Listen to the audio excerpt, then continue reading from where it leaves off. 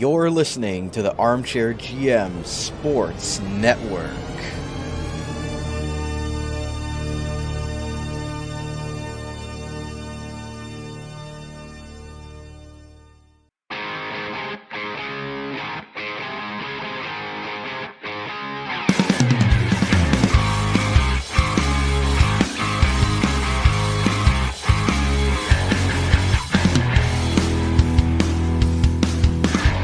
This is Rod Mahood, your in-game voice of the Niagara IceDogs, and you're listening to the Dog Pound Podcast on the Armchair GM Sports Network, your podcast source for all game analysis, team interviews, and up-to-date news regarding the Niagara IceDogs. Perlini! Overtime! IceDogs win! Hosing! Score! To Akil Thomas. Thomas has the angle coming in. He scores!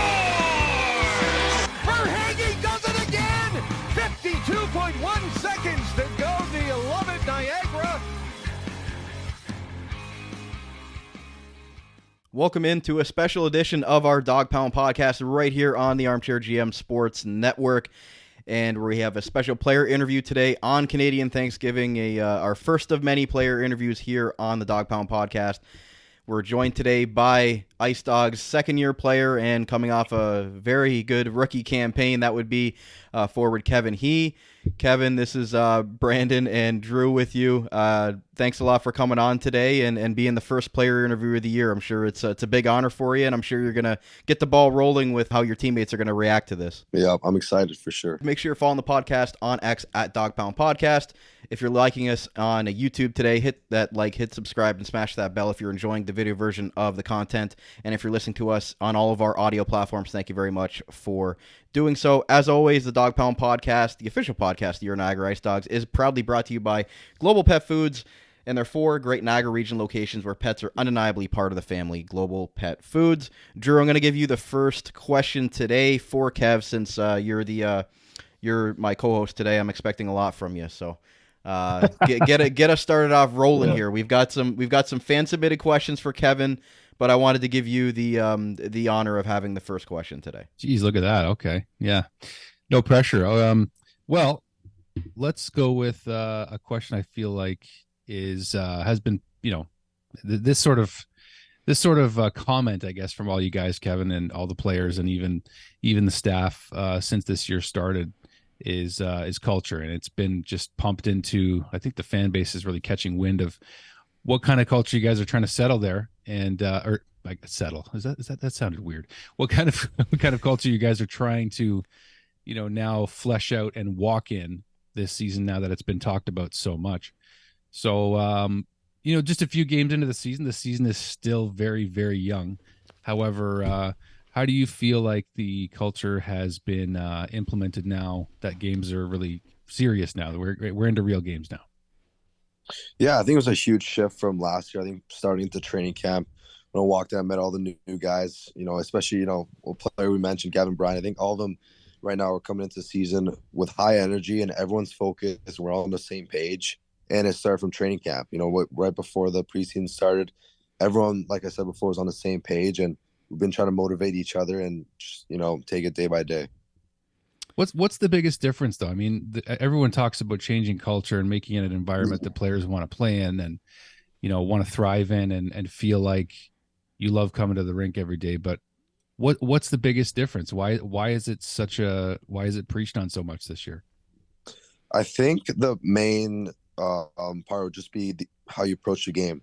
We come into the rink, everyone's, talking, getting to know each other. As soon as they're right off training camp, I think everyone's trying to build new connections. And when it comes to, going to the rink every day, everyone's coming in a positive mood, and we're just trying to get better every day. And I think that's a big factor for sure.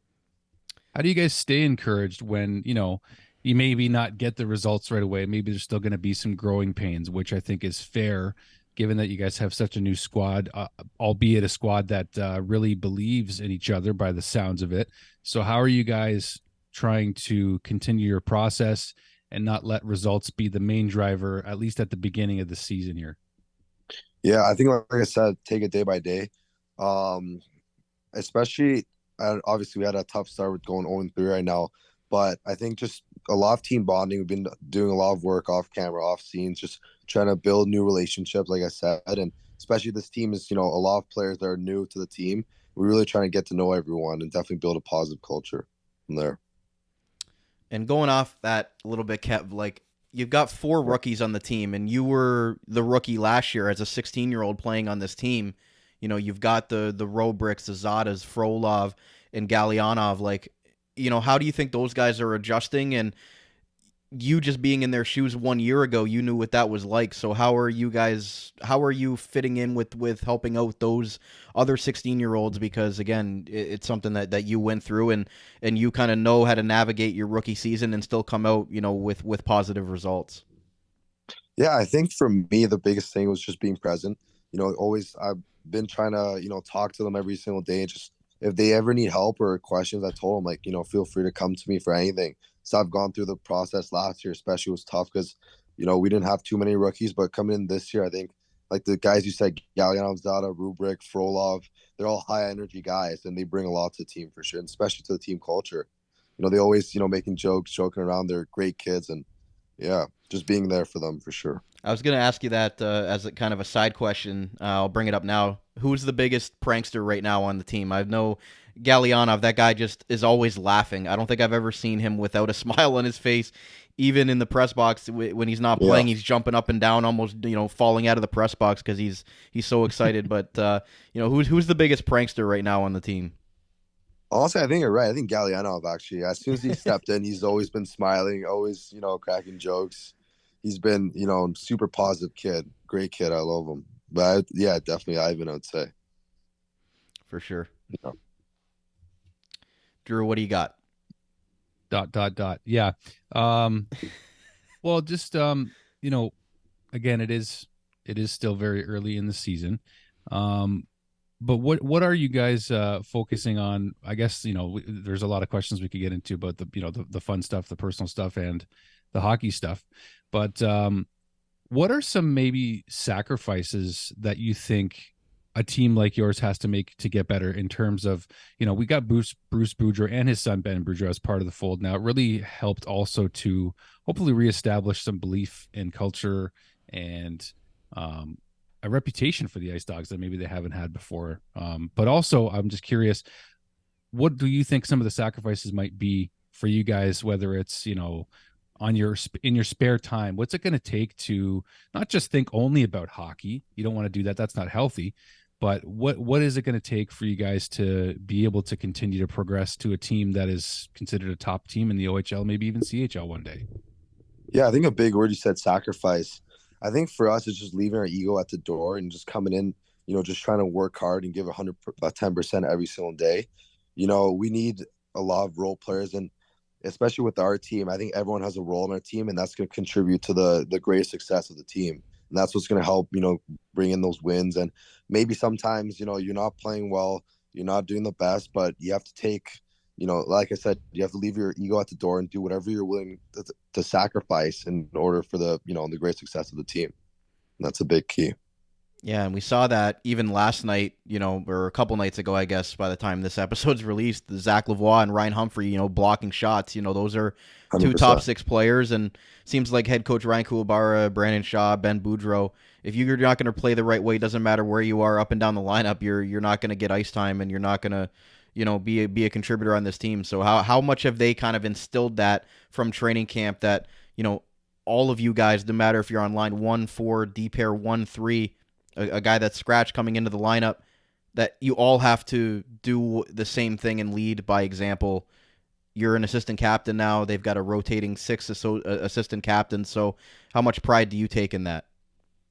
Yeah, I take a lot of pride in that, but also just making sure, coming into practice, like making sure the details are there, whether it's blocking shots or just making the right plays, making sure those, fine tuning some areas and making sure, like I said, like the details, all those things have to be cared for sure. That's yeah. Mm-hmm. How much preparation goes it? Like, this is kind of just a general question, maybe from the outside, because we don't see it on the day-to-day with you guys and maybe just hockey in general, but how much preparation goes into preparing for your opponents? Because you also, you got a lot of opponents that you play throughout the year. I mean, London, you've played them twice, they're done. You're not going to see them again the rest of the year, unless, of course, Yeah. you guys have a great run. But how much preparation and just trusting on your instincts as a hockey player, how do you balance that when you're, preparing for every team every night? I think we do a lot of video work, and a lot of work has been done off camera, especially from the coaches, to devise a training plan, practice plan, especially like when we do special teams, we always try to pay a lot of attention to details from those teams that we're playing this weekend or the next weekend, and just making sure that we're able to train at 100% capacity and to our full potential in order to prepare ourselves for those games. And do you guys also look for the advantages, I imagine, when Yes. you look for the tendencies on other players? Definitely. Yeah, we pay a lot of attention to details, and especially in those teams. Yeah. I'm sure they're doing the same thing to you, Kev. So Yeah. they got a lot of preparing to do. But I know you talked a lot about getting stronger and more explosive in the off season. Like, what was that this off season like for you, and how important was it coming off your rookie year to get stronger, to get bigger? Natural growth as a young man is going to come as well. But what were you really focusing on in the off season that gives you a lot of confidence going into this year? You being your NHL draft year, but also just taking that next step as an OHL player and as a pro yourself. Yeah, I think I gotta give a lot of credit to my gym coach Matt Nickel. I was there all summer just working on like I said, getting more explosive, getting more jumpy off the start, and we worked on a ton of things over there, and it's been huge to my summer training and to the preparation I've done in the off season. I think we noticed that last night against Mississauga too. There was one sequence, and I think the OHL, Ed and Steve even pointed out on the broadcast that you had one particular sequence near the neutral zone where you just were able to start wheeling, and it looked like it was faster this year for you than it was last year. Right. Yeah. That's something I've worked on as well, just with my skating coaches, and just be able to, start from zero and be able to cut to the middle and make those plays. And yeah, so that was something I paid attention to. Speaking of coaches, I want to ask you about two coaches. One, I want to ask you about a former coach that you had, and now the director of scouting for the Niagara IceDogs, Adam Henrich. Really interesting guy. Always like the biggest hype man for especially you, Kevin.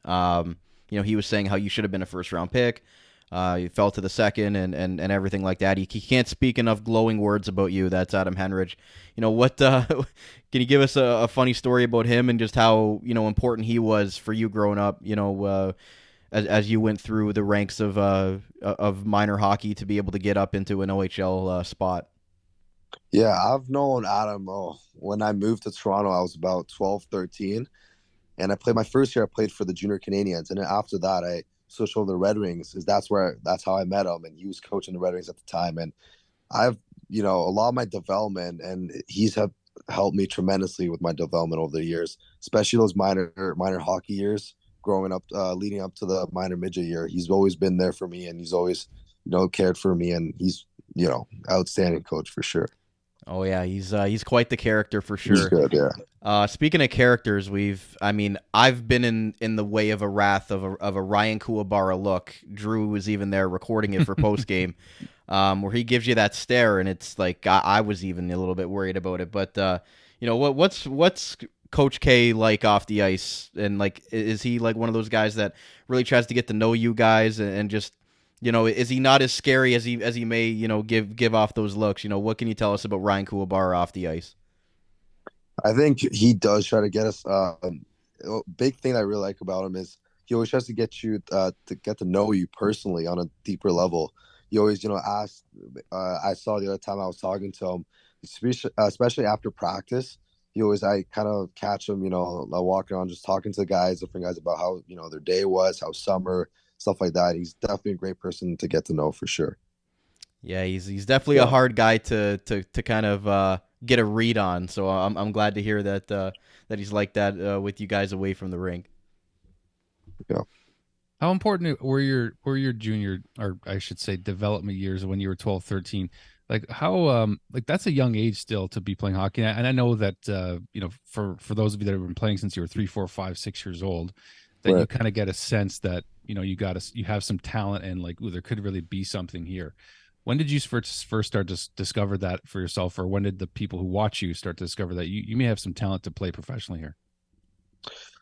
I think when I started playing, played before I was still in Montreal. That's why I all started learning to skate and all that. I went through a lot of programs in Montreal, and my last year before I moved to Toronto, there's a few coaches that were like, oh, like this kid's like amazing. He wanted to put me in like play against guys that are a year older, and that's kind of where I started. Knew like, oh, maybe like I have to take this more seriously because there might be something there, and that's kind of what led to me, now here in Niagara. But yeah. Yeah, forgive the logos behind me. I can't use Jeff Gorton if you're watching. Anyway, but okay, it's easy to talk about your draft year because this is it and everything. But how much are you thinking about it? I mean, I know that's still very early in the OHL season, and you probably don't want to think about it more than you should. But how much is it on your mind? Well, I would be lying to you if I told you it wasn't on the back of my mind. But obviously, you tend to think about it. But for me, what I've done is try to live in the moment. I'm so grateful to be here with my billet family and get to go to the rink and train with all the guys. I think just take it day by day, like I said, and live in the moment. I think that's one way I'm trying to cope with it for sure. But so you're trying to cope with it. Okay, so it is on your mind, obviously, yes. And and how would it not be for anybody who's draft eligible?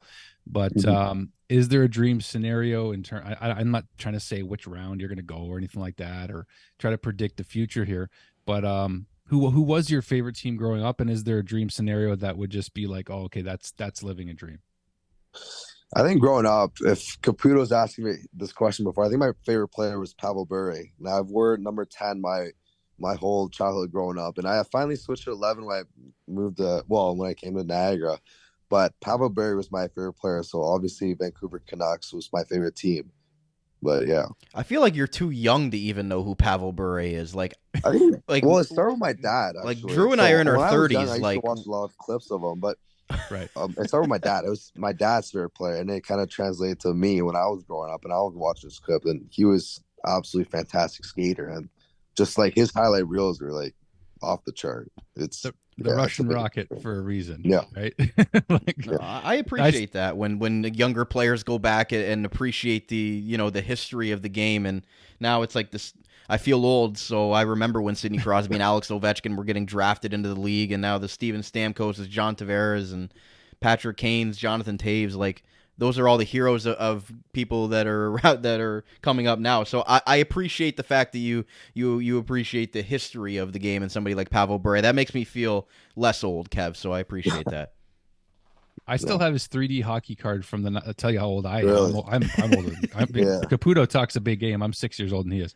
So Pavel Bure and actually in the 90s, the McDonald's used to have these awesome 3D hockey cards, and I still have the whole collection. And Pavel Bure is scoring that goal where he's like falling down. And anyway, it's just it's a great, that's what makes me think of Pavel Bure is just like one of the best hockey cards of all time. And of course it's 3D. But anyway, besides that, is there anybody else besides Pavel that maybe from the current generation of players that kind of inspired you a little bit to say, hey, like that guy really gets me excited to get out on the rink? Yeah, I think there's Jesper Bratt. I don't know if I botched his name. Jesper Bratt. Yeah, Jesper Devils. And obviously Dylan Larkin. I think those two are definitely players I try to watch a lot. But I love Bratt's skating. It's so smooth. He's so explosive too with his movements and efficient, and those are really key components to try to watch. He's amazing player. Maybe off the ice too, Kev, like who's somebody that maybe is or isn't hockey related that's been a mentor to you throughout your life that you're like, okay, they have been a part of my journey that I could never forget, whether just as a person or to contribute to you as a hockey player? I would say my dad. I think that he's a big mentor, especially the way that I am now. My character, a lot of it can be, it comes from him actually. So the way he's taught me growing up is, to have a ton of discipline and respect the game, obviously, and just give it 100% every time. And just, a lot of my character comes from him. So I think my dad for sure. Yeah. Like what goes into that? Great point, Drew. Like, I don't know. There's a lot of people that are within this game right now, Kevin. Adam Hendricks is one of them. That he said he's never met a kid at your age so mature and respectful. Like, does those values of, being raised right with manners and respect, is that all from your parents and how they kind of raised you in that, or was that something that you kind of took on yourself to kind of learn? I think a lot of it could be a tribute to my parents for sure, and my brother. I think that's something just growing up, we were taught a certain way, raised a certain way, and that's just how we live by it. So for sure, I think a lot of it comes from my parents and the way I was brought up.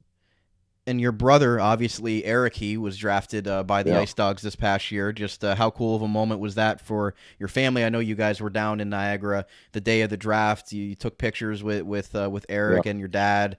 I'm sure that was a really cool moment for the family. But how was that whole process? And growing up being hockey brothers, how important was he in your life as well?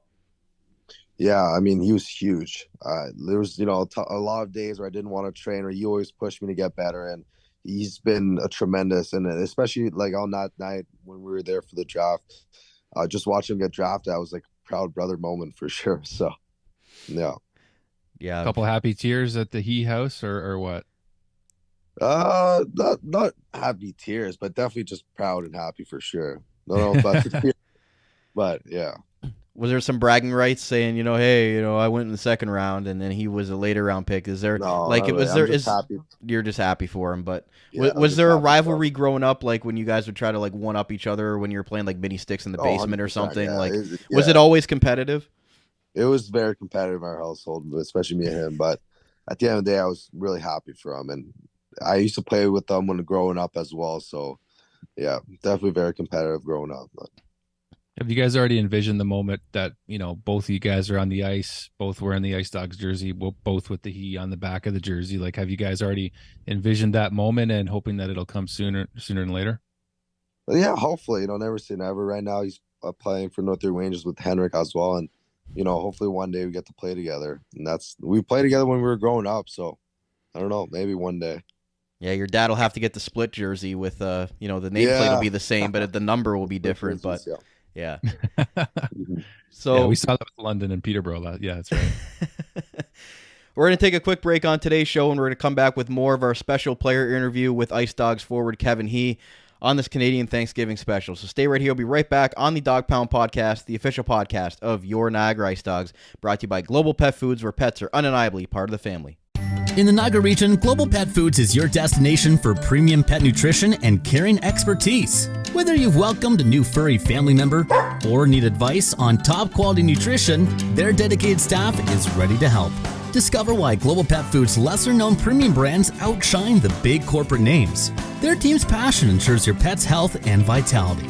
Check out one of their locations today: 3643 Portage Road in Niagara Falls, 160 Highway 20 in Font Hill, or 400 Scott Street and 344 Glendale Avenue in St. Catharines. Global Pet Foods, where premium brands and caring staff make the difference. J&L Flooring is Niagara's specialty flooring and design company. They take great pride and provide elite customer service and support. With a beautiful showroom, great pricing, and a wide variety of truly unique products, J&L Flooring is your specialty flooring and decor boutique shop. All of their products are environmentally friendly and responsibly produced, so you can feel good about your flooring choices. Their goal is to build authentic relationships based on honesty and integrity that they foster with respect and authenticity.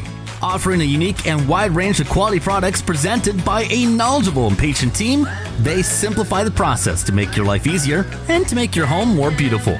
Visit them at 4424 Montrose Road in Niagara Falls, or find out more at jnlflooring.com. If you think you can get a better deal anywhere else, you don't know Jack at J&L Flooring. Are you looking to hire? Let the Niagara Employment Help Center save you valuable time and money by making your hiring process easier. Their services include free job postings in-house and on their website, fill job vacancies quickly and efficiently, access to a bank of potential employees, reduce employment costs, and financial incentives may be available to offset the cost of new hire training. Check out the website at ehc.on.ca or call 905-358-0021 for more information.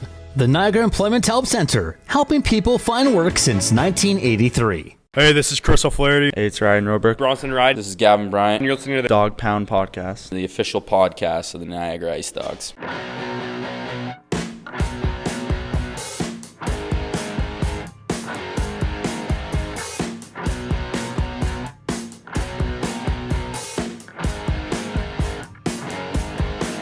Welcome back to segment 2 of today's Dog Pound podcast. Brandon Caputo and Andrew Thompson are with you, and we're joined by our special guest today, and that would be Niagara IceDogs forward Kevin He on our first player interview of many, and he's getting the ball rolling. Thank you to those watching, or on YouTube, I guess you could say, and listening in audio. So thank you very much to everybody listening today as well. As always, the Dog Pound Podcast is proudly brought to you by Global Pet Foods, where pets are undeniably part of the family. Check out their 4 great Niagara region locations. Global Pet Foods, the official sponsor of the Dog Pound Podcast. So, Kev, on today's second part of our episodes, we had some great discussion with Drew in the first segment as well. But we got to get to the submitted questions. So we've got some fan-submitted questions. We've got, and as well, some teammate questions as well. And Drew, you can kind of, jump in if you have any thoughts to any of these as well. We're going to start off hot here with one of your teammates, Andrew Vermeulen, Andrew.Vermeulen _. Yeah. And he wasn't wearing his salmon suit the other night. I was kind of disappointed. But he says, what makes Kevin a leader? That's a great question. I don't know if that was a sarcastic question from Vermeulen or what it was, but yeah, I don't even know how you want to go about that, but that was from Andrew Vermeulen. Yeah, I think it's a great question. I love Verms, but I think for me, what makes me leader is just by my actions. I'm not the most vocal guy. I don't talk too much, but when I go on the ice and I go train, I get the job done, and I always give my 110%.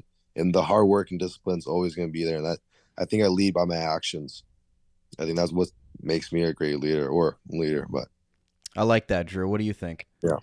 Well, I think that's the best kind of leadership to model is guys who walk and not just talk, right? So I think that's walking your walk is a way more respectful way to follow, or yeah, like you know I'm getting at, like it's easier to follow someone who's doing it and not just saying it. So that's the best way to lead. I feel like talk can be cheap, as the old saying goes, and I think that actions do, again, they do speak louder than words, like the old saying goes, and I can appreciate that a lot for sure. Yeah, I don't think Kev's going to be kicking over trash cans in the dressing room, but playing by example, and that's what Kevin does. So, but if you did, we'd know it's for a good reason. So, yeah. Next one. This is from Wild Skateboarder Trevor on Instagram, big fan of the show. Mm-hmm. He says, how did it feel to tie the 16-year-old rookie scoring record for the IceDogs with franchise icon Akil Thomas? I know Drew and myself have been very fond of Akil's time as a Niagara IceDog, and we're looking forward to getting him on this show at some point as well. But what did that moment mean for you to tie somebody like that as a 16-year-old rookie coming in? Yeah, I think it didn't really come across me when I first scored, because initially I think we were down that game when I scored, and I was like just really into the game, and I didn't really pay attention to that. But after, I think I kind of came to realize that after, when the guys started telling me and all that. But a cool moment actually this summer, training at Matt Nickel, I met Akil Thomas a few times, and he was talking to me, and we started talking and stuff like that. I've seen him a few times at Matt Nickel because he trains with the same program, so. Yeah, it's definitely a cool moment and super honored for sure. What was that like with Akil? Because I know that I think we feel sort of similar about you, and I know I just getting to know you today, really for the first time, but there's sort of a similar feeling of the character and the talent that went along with Akil and how he carried himself as a Niagara IceDog, and we sort of see those similarities in you. And do you guys find that sort of kinship with each other, like just naturally? It sounds like you share some of the same values. Yeah, when I talked to him a few days, he's a great guy, and we were just talking about his experience, coming playing for the IceDogs and then moving on to the next level with, playing for the Kings, and now he's playing for the Kings, and he was playing with the AHL, the team, and then he was telling me about his experience dealing with injuries and stuff like that, and setbacks and how he overcame them, and it was a great story, and I've learned so much from him just talking with him during the summer. How much did that inspire you just to, try to, and again, it's still early stages of your career as an IceDog, but just did it make you kind of, not selfishly, but make you want to, stay focused on how you can cement maybe your own kind of legacy with the Ice Dogs? Yeah, I think it's great, especially when you look it up. And Akil's someone that I've looked up to as well, and I've kind of started talking to him, and I do look up to him, and it's definitely it feels great when someone you look up to is definitely like trying to show you the ropes and kind of how he went through in his story, and definitely how you can build your own, especially. So, yeah. Yeah, it's like one of those passing the torch moments for you. I'm sure it gave you a lot more inspiration to, go out there and, be just as good as Akil Thomas, one of the best captains in Ice Dogs history. So, again, we'll kind of see the jury's still out on that because you still got a long OHL career to go ahead of you. But again, you're on the right path there with somebody like Akil Thomas kind of giving you a blessing there. So that's good to hear. Really cool that you guys got to meet this summer. This is a little bit more of a lighthearted question for you, Kev. This is a dual question from your teammates Gavin Bryant and Charlie Burns. Okay, yeah. What is your favorite Snapchat filter? That's a great question. So Burns, actually, start off with that. Burns put me on this big face or big mouth. It's like one where mouth is really wide. That was a really interesting one. He put me on it, I think 2 days ago, actually. So we're in class and we're using it on. Yeah, he just showed me, and yeah. So I think I'd go with that one from Burns. Is it a joke on how you don't talk as much, so they put a big mouth on you? I don't even know if it came from that. I don't know. He just showed me, hey, why don't you start using this one? And yeah, I try a bunch of filters, and I always try to get his approval, see which one's the funniest. But they say you're very active in the team Snapchat. So like they say, like you'll send like 4 things before somebody sends back 1 thing. So maybe you're just trying to get the ball rolling, get the chat active, get the guys going every day. I don't know if that's what you're trying to do or not. Yeah, kind of. Just whenever I feel like the chat's kind of dry, everyone's busy. I send a little one of those with little selfies with me and Burnsy in there, just keep the guys smiling, and yeah. Well, I'm hoping Gavin Bryant will appreciate that I asked that question, because I asked that was the one question he wanted to ask you. No other questions. That was the one he submitted. So it must have been really important to you guys. So again, I'm not in any Snapchat stuff. I feel old, but regardless of that. Drew, you're going to like this one. I want to get your thoughts because you kind of asked it already about the Pavel Bure thing, but this is from Hollywood Jake Ventresca. Gotta love Jake. Yeah. The pizza man now. Guy's some great hair. He does have great hair. That's why I call him Hollywood, because he looks like 10 out of 10. Doesn't matter if you see him in the morning, the afternoon, night, after a game. That hair it's just the same thing. Anyways, he asks, why did you choose to wear number 11? So you kind of already explained that in the first segment, that you wore 10 and changed it to 11, but is there a little bit of meaning behind 11 now? I think I credit a lot to my mom, actually. So I kind of wanted to stick with 10 going into my first year in Niagara, but then she was like, "Oh, well, it's like a new segment, I guess, or new career, kind of not new career, but what I mean, new chapter, new chapter, yeah." So I think she wanted me to change. She didn't know which number, but I just like, why not just go one more and go with 11? So that's kind of how 11 came to be, but. Drew, Saku Koivu, it's a great number. No, never mind. I was gonna say who is it? Gallagher wears 11 for the Habs now. Currently, yeah, but Saku, I think, to me, made it the most famous with the Canadiens first. But we're not talking about the Canadiens right now. It's okay. This is a cool question from a good friend of mine named Chico Nation. He works for the Scores basketball division. And loves any Asian hockey players. He's all over it. So he says, how much pride do you take in being someone an aspiring Asian hockey players can take inspiration from? Yeah, I mean, it's such an honor to begin with. Even during the summer, I was volunteering some time at this program called Hockey Quality with Anthony Stewart, and he's one of the trainers I train with in the summer as well. And just trying to help those, young kids to have someone to look up to, especially it's such an honor and such a pride. So, yeah, definitely. I've spoken to Akil about that before too, just about representing the Black community, and it's something that it's kind of awkward for someone on our side to ask about in a sense, because we don't fully understand, right? Like we can't appreciate what it's like to be a person of color, or someone who's part of a community that's not as represented, right? So is that something that not only you take pride in, but from the other side, what do you hope people will glean from that maybe aren't part of your culture or whatever, but what's something that you can teach other cultures that maybe don't appreciate what it's like to be in a visible minority, if you will? I think the most basic, or the most, when it comes down to, just respect everyone. You maybe don't know where they come from, you don't know their background, what they've been through, but just at the bottom of it, at the base of it, just respect everyone, give everyone your 100% respect. And I think that's just the most important message. Good stuff there. Next question's from at LV Designs, otherwise known as Luke Vink, from the Niagara IceDogs.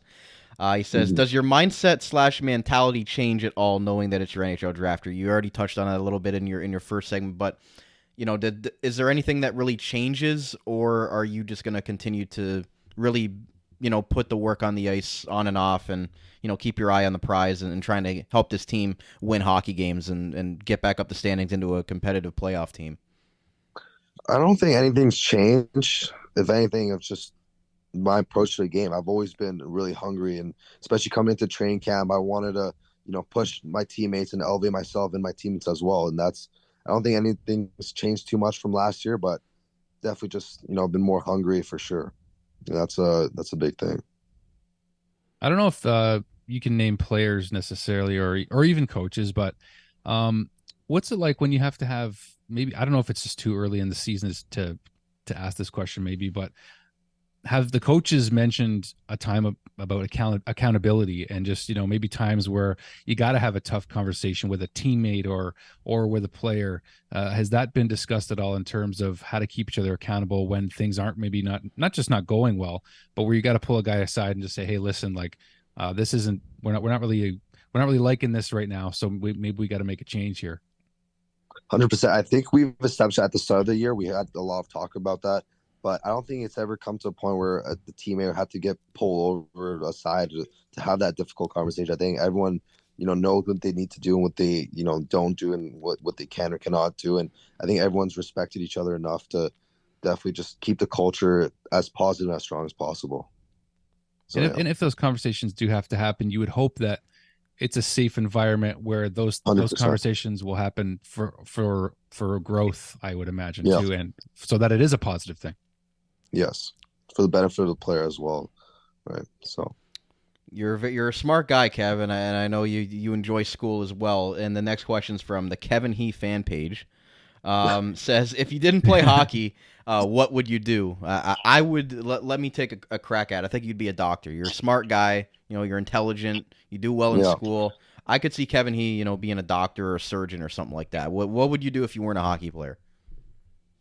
I don't know. I haven't given it much thought. Definitely, I think something more towards business oriented, because I'm not very good with blood and like all that. Like definitely surgeon blood. Anything with blood, it kind of grosses me out. So I don't know if the health industry is for me, but I think something more towards business.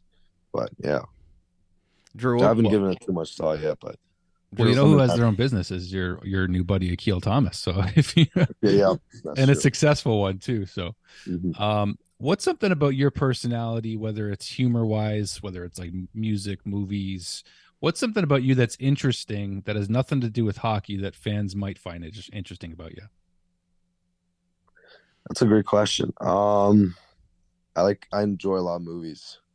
Huge movie guy, actually. So like going to the movies or like watching them at home? Going to the movies. Oh, okay. Both actually. I've gone to a few movies this year, but I think recently I didn't have too much time because just how busy the schedule was. I watched a lot at home, especially my Bill family. Shout out to my Bill mom, Ashley. Me and her watched a ton of movies, a ton of reality TV shows. I think, yeah. So can you name a few favorites? Whether they're what's the word? Appropriate. Like just like what do people call it? A guilty pleasure? Like that's the word I was looking for. I'll say we watch a lot of reality TV shows. Movies aside, we watch a lot of reality TV shows. So like Love is Blind, we watch a lot of that. all these new ones that come up now. We watch, like, it's all over the place actually. There's like mostly Netflix, so there's like Too Hot to Handle, that one. Love is Blind.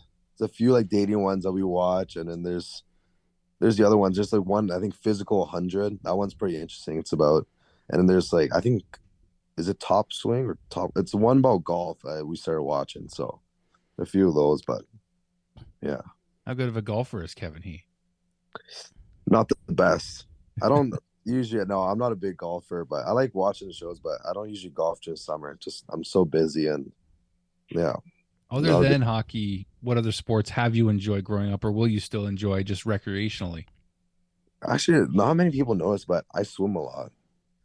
I used to swim competitively when I was younger. When I think start from at least 8 to 10, 11. I swam a lot, and I still swim to now, like to this day. During the summer, I swam a lot. I used to go to the pool near me, and yeah. Was that recommended for conditioning at all, like just for staying in shape? Because to me, like, I'm out of breath halfway down the pool. So just tell me what it's like. Honestly, I think it is.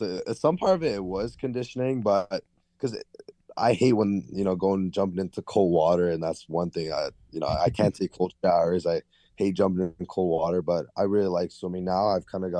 I've developed a love for it, and yeah, just been swimming a ton during the summer, and it's definitely really relaxing too. You don't even have to swim like hard or try to do it for like conditioning or working out. Just being in the water, it's really relaxing. So I really hope you don't get him in trouble with that "Love Is Blind" question there, Drew, with his teammates. I'm sure they're all. I just asked the name of the show. I didn't say what did you watch.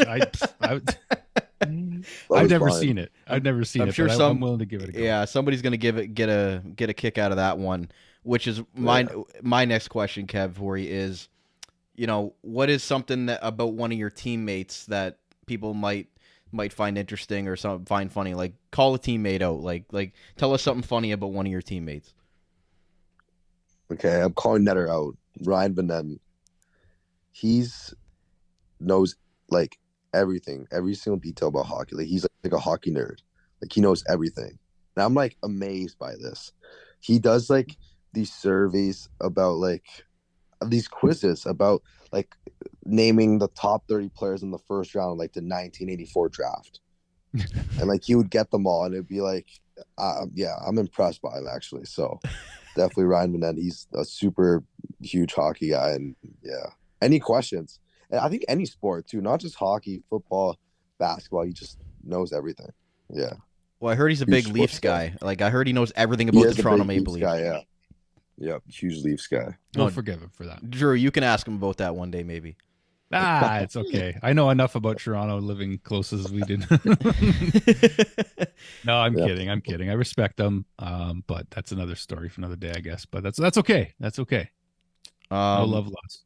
Our last submitted question, Kev, is from another teammate, and he really put a lot of work into this question, I tell you. It's from at CTJCOF98, otherwise known as Chris O'Flaherty, or the real 98. Chris O'Flaherty, yeah. Not Connor Bedard. Chris O'Flaherty's the real number 98.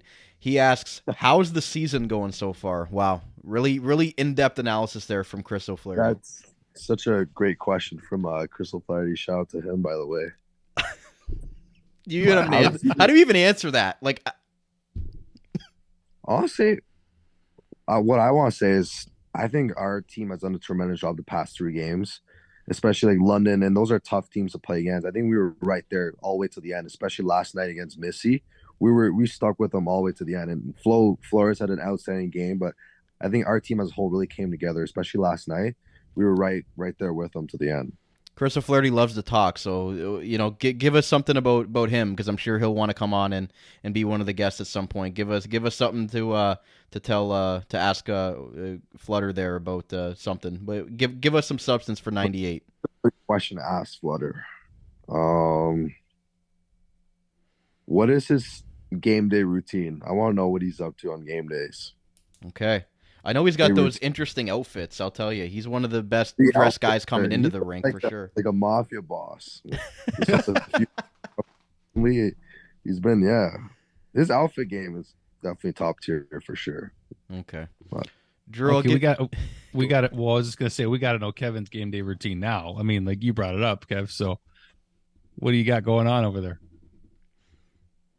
Well, usually on some home games recently, it's been I have to go to school in the morning, so that's always that's tough. I wake up, go to school, and I come home. I eat. I don't like to eat like super close to games, so I eat right away when I come home. I take a nap, and then I just wake up and go to the rink. Really, pretty simple, nothing crazy. Just I eat there's no pregame meal specifically. I just eat whatever like my billet family cooks me, and then nap and go to rink. Yeah. Bless those billet family meals, eh? Like, Yeah, super blessed. Yeah, shout out. Huge help. so good. Yeah. So good. Before we let you go, Kev, I want you to be able to respond to this because your teammates in the off-season training, what happened to you? They were pretty animated on, the one day where you ate a little too big of a lunch, and then you couldn't end up doing the off-season testing. You were on the turf with a garbage bag beside you, and did you learn anything from that experience and making sure that you don't need to eat too much before any off-ice testing? Well, you know what? The bike test, the salt bike always gets me. Year after year, that thing it's brutal. But that one time, I didn't know we had testing that day. Like they didn't say, we just came in, and I just ate a big burrito, huge burrito for lunch. And I came in, I was like, oh boy, I got a salt bike to do, and then I puked after. But not a good Kevin, we got that impression. Don't recommend eating a lot before any bike test. Yeah. Was it Burrito Boys at least? Was it worth it? I think it was bar burrito. I think that's what it was. Bar burrito. Okay. So Kevin E is a human, so he does make mistakes. So just for everybody to know that. But we've all been there, Kev. So no worries about that. Drew, I'll give you final thoughts before we let Kev go here. Yeah, no, it's just the first time chatting with you. I'll see you around the rink at some point eventually and say hello. But my final question is for the both of you, because I think the two of you deserve to be asked this, because you started a little pregame tradition on the bench and warm up where Kevin loves to come by and say hello to Mr. Caputo over there. So what kind of started that for you guys? And it seems like a good vibe thing to do before the game. So what started it, and are you guys going to keep it going or what? Yeah, I think we need to keep it going. Yeah, I'll take it first, Kev. We need to keep it going because I haven't been able to do it the last few games, unfortunately. I think it just started when I started doing the pregame warm-up videos, and then one day Kev just kind of came by and started really enjoying having the coverage, and having the having me kind of videotape his pregame routine, and then it kind of turned into him coming over to the bench and saying it's game whatever of the preseason, and now we're going to continue it into the regular season. So it was one of those things that just kind of, happened the one time, and now it's become a routine and a thing now, so that we got to keep it going because I know how superstitious hockey players are. So, Kev, I'll make sure I'm down there for the next pregame. Yeah, I think what started was I was just skating laps around in warm-ups, and then the next thing I know, look over my shoulder, I see Caputo with his phone out, like recording me. I was skating. I was like, damn, that's Caputo. I gotta say hi to him. But I just went over and said, hey, Caputo, this is game one preseason or something, and that's kind of what got it start. So yeah, it's becoming a thing now. So it seems like that's part of your game day routine now, right? You can add that on to add that now, yeah. Add that on to the meal and the nap and saying hi, Caputo, and drop the puck. Let's go. That's right. Yeah, and if they lose, he can blame me for not doing it properly or something. I'm okay with that. We're not giving you that much credit, Caputo. Come on, no, that's not fair. Yeah, I'm sure head coach Ryan Kuwabara would not give me any credit whatsoever. Anyways, so Kev, I'm gonna leave you with final. Do you have anything for us? Like, do you have a question for Drew or myself?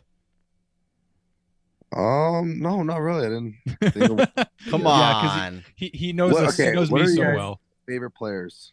That's a good one. I think Drew's favorite's Austin Matthews, but you know what? If I could show you, he is on the wall. He's on the wall with the other superstars from the NHL. So, not my favorite though. My favorite all-time player for the Canadiens is Andrei Markov, defenseman. Good choice. A power play specialist, something we desperately are missing right now. Which Lane Hutson's on the way at some point, but Markov's my favorite player. He inspired me to be an offensive defenseman. I'm not a great skater still. I'm not going to try to lie to you guys, but I do play a lot of ball hockey, and that's the kind of defenseman and player I've become. But I mean, right now, interviewing Nick Suzuki in actually the Meridian Center in 2018 when he just got traded to the Canadiens in the Max Pacioretty deal. As soon as I saw him, I thought, man, he's going to be, I don't know what it was, but I just thought he's going to be special. And now he's the captain of the Canadiens, youngest in history. So I got to go with Nick as another current favorite. I'm gonna really age myself. Alexander Mogilny is my favorite skater. Favorite goalie's Dominic Hasek, and I really love Joe Thornton as well, which is the reason why I've also cheered for the Sharks as well, and the reason they're kind of like my 1B team was because of Joe Thornton. So I've got a couple Joe Thornton jerseys, San Jose, Team Canada. Those would be my guys. So Mogilny, Hasek, Joe Thornton, and even Pano Femis too. I've got Pano Femis is one of my favorite players too. But another great kid. Jury is out to see on that one. But no, it's good to see Pano doing well in Erie, and I've got his signed card over there as well. But yeah, so thanks for making me feel really old, Kev. I'm sure you have no idea who Alexander Mogilny is. But then again, you know who Pavel Bure is, so you're maybe the one guy that would know who those guys are. Pavel Bure was insane. I used to watch his highlights when I was younger. The one where he scored when when he kicked it off his skate. Well, he went back into skate, and that was it was insane. It's dirty. It's so dirty. Dirty move. I don't know. I'll try to pull off, but if you do that, I should mention this to Kevin. Actually, I should mention this because I've actually worked at the Meridian Center the last 5 years in the concession stands. I've since retired. I shouldn't say retired. Yeah, they've raised your jersey to the rafters of the Meridian. Yeah, you'll see it's very, very small, very, very small. But I remember you scored a goal last year, Kevin, and my nephew and his buddy were on the glass, and I think it was second half of the season, but you probably remember it's only happened maybe a couple times, but you jumped right into the glass, and I happened to be like away from my stand watching your goal at that time. It was a very rare goal I got to see, but I remember you jumped right into the glass and my nephew was there, and I was just very happy. I'm like, that's really cool. Kevin Heath's a good right then and there. I was a Kevin Heath fan, so shout out to you for that. Cool. Yeah. Mogilny, Bure, and Sergei Fedorov actually played together growing up in Russia, so that's a heck of a trio there. Fedorov's another 90s stud for sure. If you don't know who he is, that's okay too, Kev. 2006. He was on the 3D hockey cards too. Yeah, 2006. Jeez, that's I was still in high school. Anyways, Kevin, thanks so much for taking some time for us, and I'm sure it'll get the ball rolling with the rest of your teammates. We look forward to talking to them, but really look forward to your progression this year. Not putting too much pressure on yourself and just going out there and having a great year and really, helping this Niagara team build back up into a competitive team. I know to speak for Drew and myself and the fan base. Really looking forward to this season, and despite what happened last year, the guys that are still here like yourself, hopefully using that as motivation and getting that Meridian Center packed for some playoff games in the near future. So thanks a lot for doing this, and best of luck with the rest of the season, Kev. We'll be talking to you a lot, and we doing those pregame videos. Yeah, thanks for having me. Thanks, Kevin. Good to virtually meet you. We'll see you around the rink, I'm sure. Yes, of course. Thanks a lot, guys, for tuning in to another episode of the Dog Pound Podcast, the official podcast of your Niagara IceDogs, proudly brought to you by Global Pet Foods, where pets are undeniably part of the family. Visit any of their 4 great Niagara region locations, the official show sponsor of the Dog Pound Podcast. Again, Global Pet Foods. Guys, make sure if you enjoyed the video version of the podcast, make sure you hit like, hit subscribe, smash that bell, and thank you to all those listening in audio today on all of our audio platforms. Make sure you're following us at Dog Pound Podcast on X for all of our updates and our Kevin He warm-up videos and all of our great graphics on there as well. So until next time, enjoy your Canadian Thanksgiving, and we'll talk to you again very soon. You're listening to the Armchair GM Sports Network.